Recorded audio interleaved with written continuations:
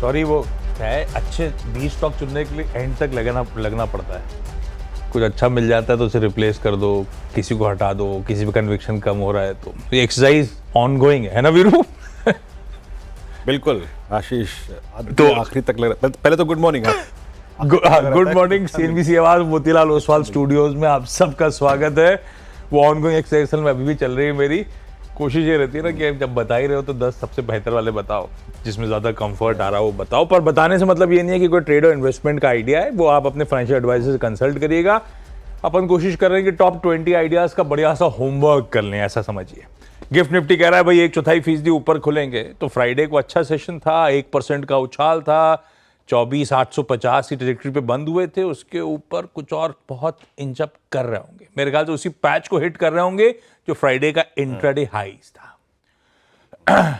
ऐसे में वीरू, मूड कैसा, माहौल कैसा और टीम कैसी? देखिए, मूड बहुत अच्छा लग रहा है आशीष। लास्ट वीक हमने 20 डेमा का दीदार भी कर लिया, उसको एक बहुत स्ट्रॉन्ग सपोर्ट के तौर पे हमने माना। वीकली सेटअप हमारा खराब नहीं हुआ। जो शुक्रवार को चार्ट वीकली बने ना आशीष, और उसमें से भी सबसे स्ट्रॉन्ग और प्रॉमिसिंग कैंडिडेट निफ्टी बैंक नजर आया। ब्रेक की बड़ी है, टीम का हिसाब किताब नहीं है, तो ब्रेक ब्रेक ब्रेक। बहुत स्ट्रॉन्ग नजर आया। अच्छा, एक काम करते हैं, अब मैं आता हूं, टीम की शुरुआत करता हूं। याद रखिएगा, मैंने इस हफ्ते या फिर आज के सेशन के लिए अपनी टीम का थीम रखा है शॉर्ट कवरिंग। शॉर्ट कवरिंग कहां पे ड्यू है, कौन से स्टॉक्स लोअर ट्रैजेक्टरी से बाहर निकल के आ रहे हैं। शुरुआत करता हूं मैं यहां पे पहले स्टॉक से, that's supreme industries. Supreme industries को जाइएगा, रीड कीजिएगा थोड़ा सा। और इसने अब मतलब 11 अक्टूबर के बाद सेकेंड टाइम क्लस्टर वाइज, मतलब 4-5 दिन स्पेंड करने शुरू करे हैं 100 डेमा के ऊपर। शॉर्ट कवरिंग देखिए 9%। तो मैंने क्या कहा, थीम मैंने क्या रखी है, शॉर्ट कवरिंग, जहां पे शॉर्ट ट्रैप है। और याद रखिएगा 3880 और 3890 के ऊपर अगर ये रहा तो ये शॉर्ट ट्रैप इसको एटलीस्ट जिस जोन को लाकर दे सकता है वो है 4100। अब 4100 पे क्या है, 4100 पे फॉलिंग 200 डेमा है। तो प्लेसमेंट सुप्रीम इंडस्ट्रीज मेरे मुताबिक सबसे अव्वल है, बट बशर्ते 3880 3890 होल्ड करें। Second case ABB. देखिए, शुक्रवार को रेस्ट ऑफ कैपिटल गुड्स हल्का सा कोलैप्स हुआ, बट स्टिल एबीबी ने बहुत स्ट्रांग मूव दिया कंसिडरिंग हैवी शॉर्ट कवरिंग। 2% नीचे ओआई था, 42,000 शेयर कम हुए और डे हाई पे क्लोज हुआ। सेटअप मोर और लेस इसका सुप्रीम की इंडस्ट्रीज की तरह ही है। और कहां पे है इसका 200 डेमा प्लेस्ड, वो करीब 6185 पे। तो 59-20 अगर होल्ड करे तो सेटअप दोनों ही स्ट्रॉन्ग का रेप्लिका है, 100 डेमा के ऊपर है, शॉर्ट कवरिंग है और एक्सपायरी वीक के लिए पिक किया है। आशीष, ये आवाज ऑन देर गई थी क्या मेरी? जी हाँ, जी हाँ, सुनाई दी थी? आप अपनी टीम का बखान कर रहे थे जब। नहीं, मैं बखान नहीं कर रहा था, अपनी टीम का बखान करना बहुत जरूरी है। डायरेक्टर साहब कह रहे थे ब्रेक इतने पे लेना है। मैंने कहा यार टीम तो बनाया, तुझे ब्रेक की पड़ी हुई है। अभी टीम से असल में कुछ चेंजेस कर रहा था मैंने शुरुआत में ना। असल में बता ही देता हूँ, एनटीपीसी रेड में लिया था क्योंकि थोड़ा सा ऑपरेटिंग परफॉर्मेंस थोड़ा सा डिसअपॉइंटिंग था, जो स्ट्रीट एक्सपेक्ट कर रहा था। पर एनटीपीसी पावर स्टॉक्स वो है नहीं जो लाल में लेने चाहिए। मोमेंटम स्ट्रांग है, मुझे लगता है एक्यूमुलेशन। ये देखिए, फ्राइडे का सेशन भी बढ़िया ही गया था, तो उसको लाल से अवॉइड किया है। न्यूट्रल का ऑप्शन था नहीं, तो मैंने उसको टीम से हटाया। थोड़ा सा डिसअपॉइंटिंग नंबर्स हैं, पर मैं लेके जा रहा हूं टीम में, उससे शुरुआत करता हूं। पहला आईसीआईसीआई बैंक रखिए डायरेक्टर साहब स्क्रीन पे, इन ग्रीन लेके जा रहा हूं। अगर वीकेंड पे आपने फ्राइडे के डेटा को स्टडी करा हो, वो डेरिवेटिव की पोजीशनिंग बैंक निफ्टी फ्यूचर्स को लेकर वगैरह देखी होगी, तो ऐसा लगता है एक शेड बेहतर बैंक निफ्टी प्लेस्ड है वीजा वी निफ्टी। वीरू ज्यादा बेहतर बताएंगे आपको, लेकिन आईसीआईसी बैंक, अब कोई भी दिग्गज प्राइवेट बैंकिंग स्टॉक मेंशन कर सकता था, लेकिन आईसीआईसी बैंक ज्यादा कंफर्ट देता है, इसलिए इसके साथ चला जाए। इन ग्रीन रख रहा हूं आज के सेशन के लिए इस दिग्गज को, इस हैवी वेट को। दूसरा, वो रीसेंट इंक्लूजन इंडेक्स में जो हुआ था इटर्नल, यानी कि अर्स्टवाइल जोमैटो, उसको लाल लेके चलता हूं भाई। इसने वो फॉरेन ओनरशिप लिमिट में बदलाव किया था, रिड्यूस करी थी, आपको याद होगा। मेरे ख्याल से महीने भर पहले यतिन ने प्रेजेंट भी करा था वो अपडेट आपके सामने सुबह के शो में ही, मुनाफे की तैयारी में। अब उसका खामियाजा फॉरेन ओनरशिप लिमिट आपने रिड्यूस करी तो एमएससीआई और फुटसी दोनों ने इंडिसेस में अपने इटर्नल का वेट रिड्यूस करने का ऐलान कर दिया है। फुटसी कह रहा है हम वेट रिड्यूस करेंगे इफेक्टिव कल से। कल से मेरा मतलब है 27 मई से।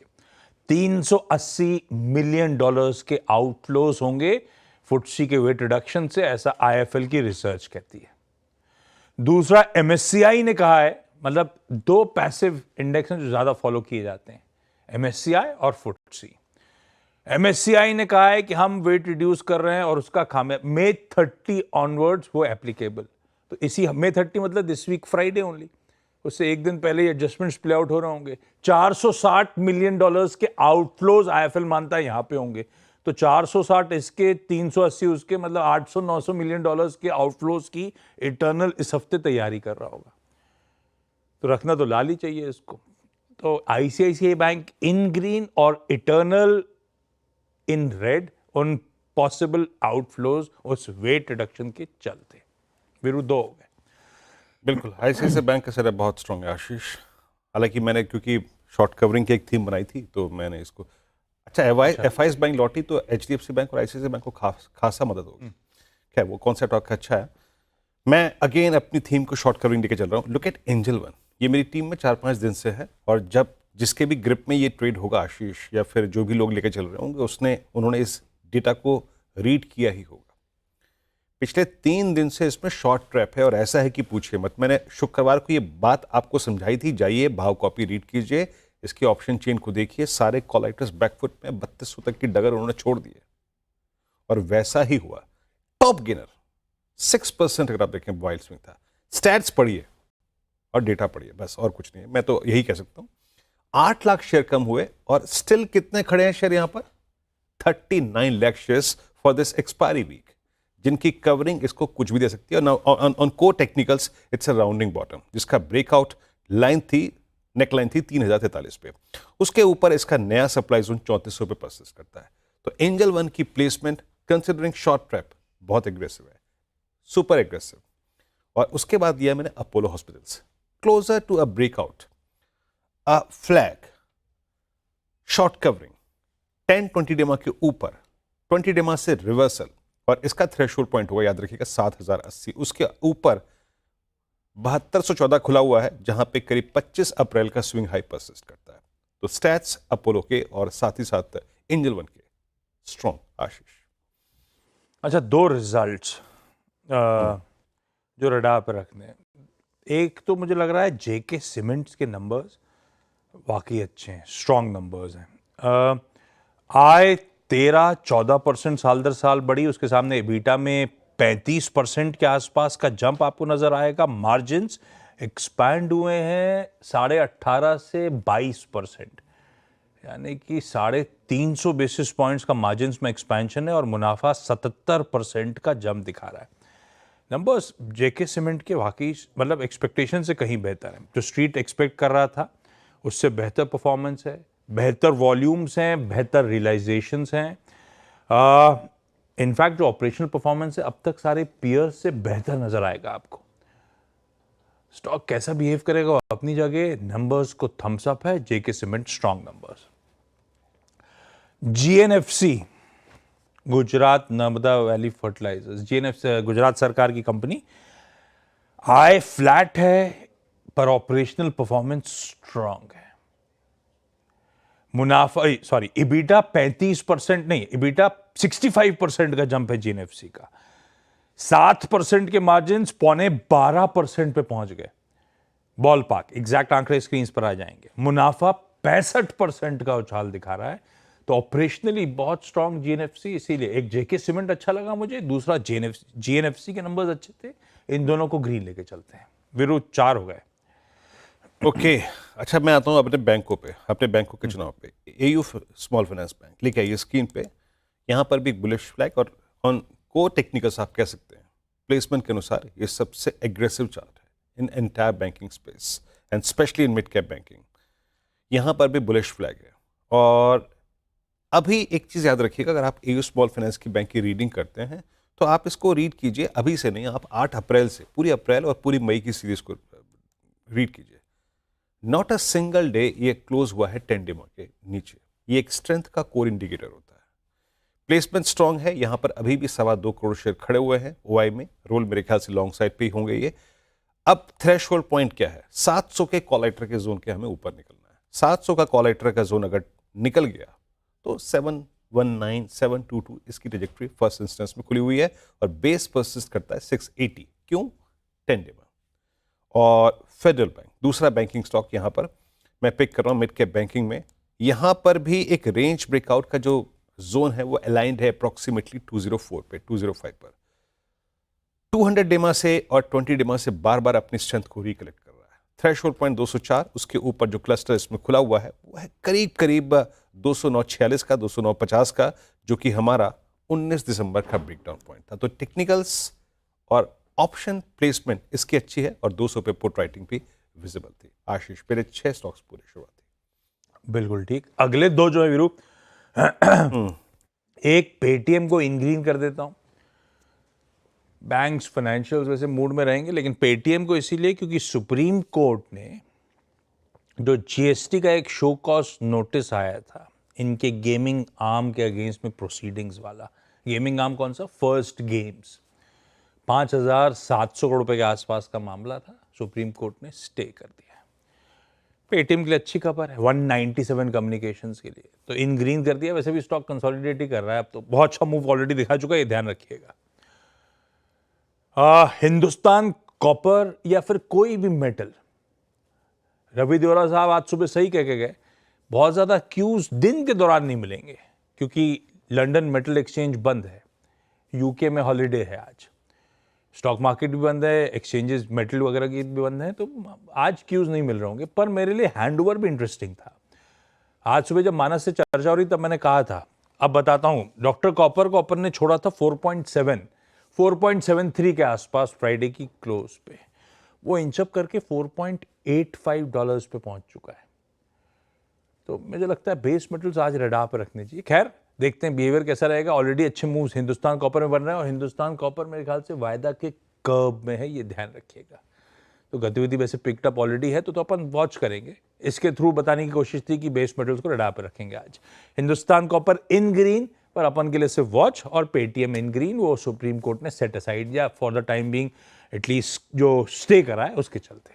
6 स्टॉक्स पूरे। ब्रेक के उस पार जब लौटेंगे तो अगले 4 पे करेंगे बातचीत। स्टॉक्स रखे स्क्रीन पे, नॉट अ बाय और सेल कॉल एट ऑल। याद रखिएगा सिर्फ खबरें बताई गई हैं और कहां क्लोज हुआ, कौन से एवरेज के ऊपर कितना हुआ शेड और गेन हुआ, सिर्फ इस बात का उल्लेख। प्लेसमेंट। अगला स्टॉक लेके आइए, मल्टी कमोडिटी एक्सचेंज एमसीएक्स आपके स्क्रीन पे आएगा। एटी हाई पे क्लोज हुआ 6492 पे। बीएससी में एक आई थिंक बड़ा मूव आया फ्रॉम लोअर लेवल्स। शुक्रवार को बड़ा मूव था यहां पर भी, ये भी डे हाई पे 6492। अब 6492 आप समझ लीजिए जनाब 23 दिसंबर 2024 के बाद अब तक की सबसे हाईएस्ट ट्रैजेक्टरी में जाके ये क्लोज हुआ, स्ट्रॉन्गेस्ट क्लोज। मोमेंटम से आप वाकिफ ही हैं कितना था इसमें। अब यहां पर करीब करीब 17 लाख शेयर और खड़े हैं, वो भी कवर होने हैं। और 10 डेमा से बार बार रिवर्सल लेता है। पिछले 5 दिन में इसने 14 मई से लेकर अब तक हमेशा 10 डेमा से रिवर्सल लिया है। मतलब क्या है कि 63-50 बेस और 6500 के कॉलेटर के जोन के ऊपर निकला, तो इसका अगला पॉइंट जो नजर आता है वो है करीब 6720। नजर रखिएगा एमसीएक्स पे। और फिर आता हूं मैं थोड़ा सा थीम को चेंज करके, ऐसे कुछ स्टॉक्स पिक किए हैं जो अब तक नहीं ट्रेवल कर पाए हैं। That's Obra realty. आपकी स्क्रीन पे आएगा, 1738 पे क्लोज हुआ। 3 दिन से अपना टाइम स्पेंड कर रहा है बिटवीन 100 एंड बिटवीन 200। ओआई यहां भी शेड हुआ, शॉर्ट कवरिंग थी। अगला थ्रेशोल्ड पॉइंट होगा इसके लिए, वो क्या होगा? वो होगा 1745 इन स्पॉट। ये फ्यूचर से याद रखिएगा। और वो क्या होगा? पिछले 4 दिन की कैंडल्स का जो हायर शेडो है उसको पार कर जाएंगे। तो ओबरा रियल्टी की लोअर ट्रैजेक्टरी से placement, FNO stats looks poised for a short covering. Ashish, एक लाल में अब रिसेंट टायर मैन्युफैक्चरर के नंबर्स ने थोड़ा सा हाईलाइट कर ही दिया है, तो पर फिर भी मैं लाली लेके चलता हूँ। बालकृष्ण इंडस्ट्रीज का भी डिसअपॉइंटिंग परफॉर्मेंस है। वॉल्यूम्स तो खैर फ्लैट थे, पर उसके सामने मार्जिन्स आपकी स्क्रीन्स पर आएंगे। 26.3 से घट के 8% पे।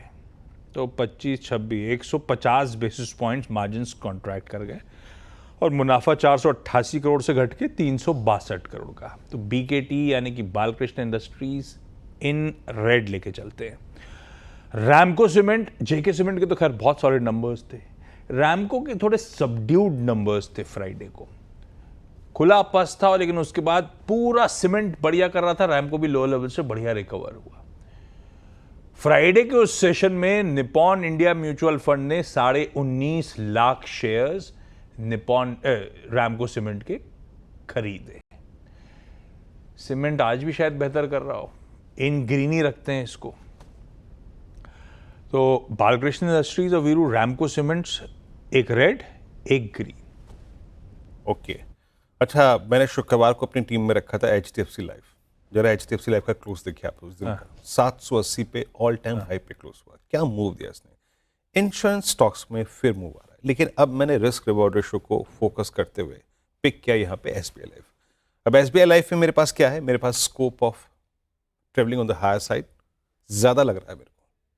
एक डिफरेंशियल क्रिएट होता है ना, एक सेक्टर का बेस्ट प्राइस परफॉर्मर और अब थोड़ा सा ये भी कैचअप करेगा। इसका ऑल टाइम हाई है करीब 1934 का, क्लोज ये हुआ है स्पॉट में 1800 के आसपास, 1798 के आसपास। ये भी एक बुलिश फ्लैग है और अच्छी बात है कि SBI की स्ट्रेंथ इस प्रकार की है कि टेंडेमा को कभी वायोलेट नहीं किया इसने अब तक, 8 अप्रैल से लेकर अप्रैल और पूरी मई की सीरीज में। अब याद रखिएगा थ्रेशोल्ड पॉइंट होगा 1800, कॉलाइटस का जोन भी वो, तो इन दैट केस अच्छा स्कोप SBI लाइफ में है। और एक यूनियन बैंक ऑफ इंडिया, ये भी मेरी टीम में पिछले 4-5 दिन से परसिस्ट कर रहा है।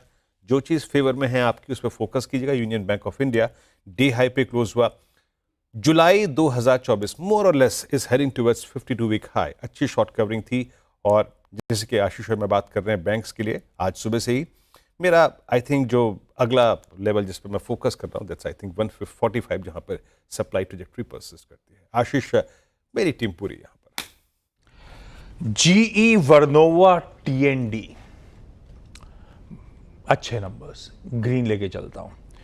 मार्जिन्स 12% वाले, 12.1% वाले 21.9% पे, 950,000 बेसिस पॉइंट्स मार्जिन्स एक्सपैंड करे।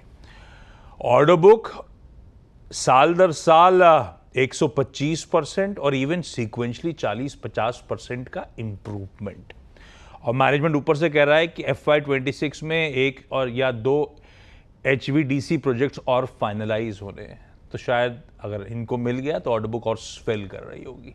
नंबर्स अच्छे हैं, थोड़ा लिक्विड काउंटर, टिकट साइज बड़ा है, तो ध्यान रखिएगा। GE Vernova TND in green.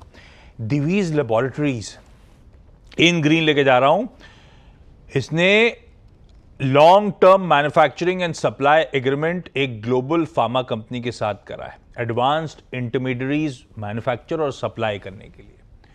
Stock बहुत चला हुआ है, नतीजे अच्छे थे तो उसके बाद और फट गया था, लेकिन ध्यान रखिएगा बढ़िया न्यूज़ फ्लोज हैं।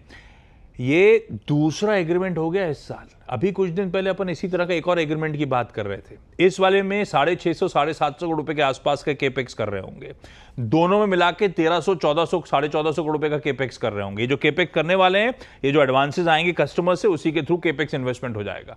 और अज्यूम करिए कि एसेट टर्नओवर यहां से एटलीस्ट 1.2, 1.3, 1.5 टाइम्स हुआ, तो किस तरह के इंक्रीमेंटल रेवेन्यूज इन दोनों ग्लोबल कस्टमर्स से ऐड हो रहे होंगे। मेरे ख्याल से मॉर्गन स्टैनली की रिपोर्ट कहती है कि FY25 में 9,300 करोड़ रुपए के रेवेन्यूज करे थे और यही दोनों ऑर्डर्स की इंक्रीमेंटल रेवेन्यू 1700 से 1900 करोड़ रुपए के आसपास होंगे। दिवीज लैब इन ग्रीन है, बहुत चला हुआ स्टॉक है तो अपन वॉच करेंगे, लेकिन रेडार पे रखनी चाहिए इस तरह की गजब की कंपनीज। 10-10 स्टॉक्स पूरे।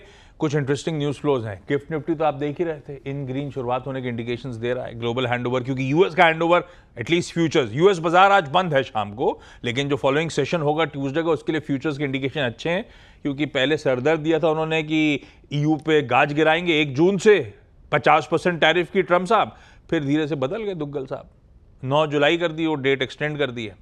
तो यूएस के फ्यूचर्स रिजॉइस कर रहे हैं। अपने आरबीआई का बढ़िया डिविडेंड डोल आउट हुआ है 2.68 लाख करोड़ का FY25 के लिए, जो सरकार को बढ़िया कुशन देगा फिस्कल के फ्रंट पे। अपने यहां मॉनसून वीरू मतलब भाग रहा है एकदम। केरला 8 दिन पहले पहुंचा, वो सैटरडे की खबर थी। संडे दोपहर को जब मैं सब खबरें टटोल रहा था तो अपडेट आया कि गोवा पार हो गया, महाराष्ट्र के तट पे पहुंच गया। एक दिन में, ये रिकॉर्ड है कई सालों का। और अगर वंदे मुंबई, भारत मेरे पे को आया लग रहा है अगर इसी पेस से भाग रहा है तो मुंबई में जो बारिश हो रही है कल रात से, ये मानसून आ चुका है। बिल्कुल, इस बार वंदे भारत पे आया है ना। वो वंदे भारत पे आया। वंदे भारत भी हमारे नॉन यहाँ स्टॉप पे हमारे भी कुछ रात में बारिश हुई है, रात में बारिश हमारे वहां तो नहीं आया होगा, वहां तो प्री मानसून वगैरह मामला होगा, लेकिन वहां नहीं आया। Still this is pre monsoon shower, यहाँ तो लग रहा है लेकिन माहौल अच्छा है बहुत बहुत। यहाँ मेरे ख्याल से संडे बाहर की अभी नाइट की अपडेट बात आया है। मेरे पास बहुत। वैसे हम सुबह ऑफिस आ रहे थे तो बहुत बारिश थी, और अब अपडेट आ रहा है कि अभी भी बहुत तेज फिर बारिश। तो आप आराम से घर चले जाएंगे आज एकदम। जब तक ऑफिशियली आईएमडी नहीं कहेगा तब तक बात अलग है, लेकिन लग रहा है कि आ गया है भाई साहब। खैर, ये सब डेवलपमेंट्स है जो रडार पर रखनी चाहिए। फिर कुछ कह रहे हो? सॉरी। माहौल खुशनुमा है, मतलब आराम से घर जाएंगे आप, कश्ती निकाल के आज घर, है ना। कश्ती निकालनी पड़ेगी मुंबई में, बस यही डर है। जब तक घर पे खिड़की से देखोगे तब तक मानसून बहुत अच्छा लगता है। बहुत अच्छा। जैसे ही ऑफिस आने और जाने का स्ट्रगल शुरू हो तो डर लगने लगता है। पर ठीक है, हम मुंबई वाले क्या कहते हैं, वो बड़े रेजिलियंट, को कुछ वर्ड होता है ना मुंबई के लिए, जब भी कोई दिक्कत आती तो अपन कह देते हैं। अब स्पिरिट, मुंबई स्पिरिट कह लीजिए, झेल लेंगे इसको भी बढ़िया से बारिश को। लेकिन इंतजार था काफी टाइम से। खैर, ब्रेक ले लिया जाए। ब्रेक के उस पर लौट के आएंगे तो ये सब पॉजिटिव पिक्स हैं आज के लिए, जिसपे अपन को फोकस करना होगा आज के इंटरेस्टिंग सेशन के लिए। ऐसे में कौन से वो 20 स्टॉक्स हैं जिनकी चर्चा हुई है, उनका एक क्विक रैप अप ब्रेक के उस पर।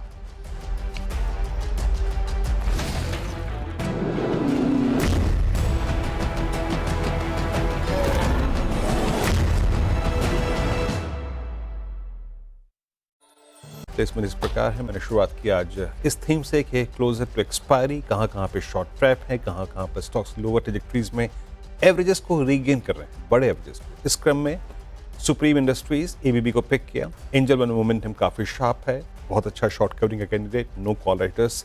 अपोलो का एक स्ट्रॉन्ग कॉल राइटर्स 7000 के ऊपर एक क्लोज आया। बैंकिंग में एयू स्मॉल फाइनेंस बैंक का strong structure, even the shortest moving average 10 डेमा को होल्ड करता हुआ फेडरल बैंक में एक 200 के कॉल राइटर्स के जोन के ऊपर क्लोज आया। एक्सचेंजेस में एमसीएक्स में मोमेंटम अच्छा था, ये अब तक की मतलब पिछले 3 महीने की सबसे हाईएस्ट ट्रेजेक्टरी में क्लोज हुआ। ओवरऑल रियल्टी लोअर ट्रेजेक्टरीज पे एसबीआई लाइफ में स्ट्रॉन्ग मोमेंटम था, अच्छा मूव था।